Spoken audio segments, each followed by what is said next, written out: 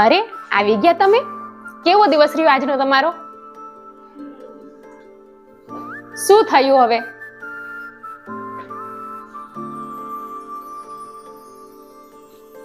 નોકરી છૂટી ગઈ આજે મારી.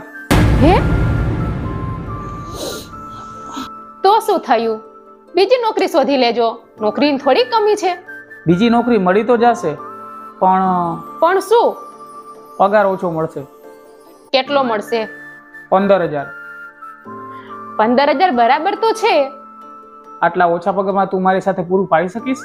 તમને ખબર છે મારા પપ્પાનો પગાર પણ 10,000 જ હતો, તો પણ હું એની સાથે ખુશ રહી શકતી હતી. તો તમારી સાથે ખુશ ના રહી શકું હું? તું મારો દરિયો ને કાંઠો યે તું,